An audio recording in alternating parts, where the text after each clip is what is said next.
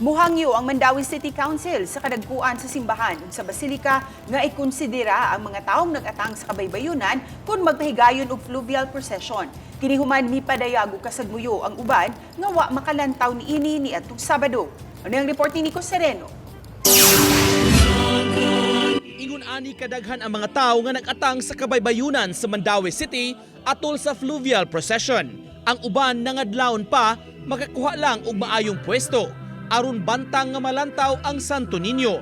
Apan distansya ra kaayo ang galyon nga gisakyan kay wala kini mamidpid sukwahi sa nangaging mga fluvial procession ug halos di makita ang imahen sa balaang bata. Gikan sa Lapu-Lapu, ingong milahos na padireksyon sa Cebu City.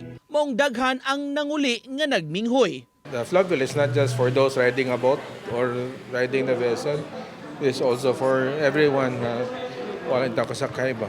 Wa jud moabot og tuyok. Naghuwat in taon mga tao para makakita. Nahisgutan kini maong issue sa sesyon sa konseho sa syudad nga mipasar og resolusyon. Giawhag nila sa simbahan ug sa mga nagduma sa basilika sa musunod nga mga katuigan. Mas may mo siguro ang gamiton gamay-gamay nga barko tong pareha sa una tong karaan nga galyon ba nga makapidpid jud so makita jud ang mga tao dili ka magteleskopyo para makita naton nga tagaan konsiderasyon sa atong simbahan.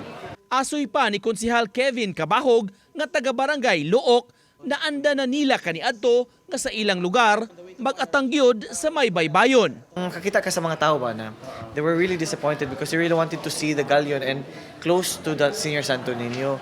And even ang uban wa natog. Diretso sila sa fluvial. No, naghuwat. There's no harm in trying na muhangyo ta. No, sa mga nagibuhat, we supported the resolution. Gisuwayan pagkuha sa GMA Regional TV ang habig sa kadagkuan sa basilika. Apan mato ni Father Jules Almerez, OSA, ang Media Liaison Officer sa basilika, mupagawa sila og statement kung makadawat na og kopya sa resolusyon.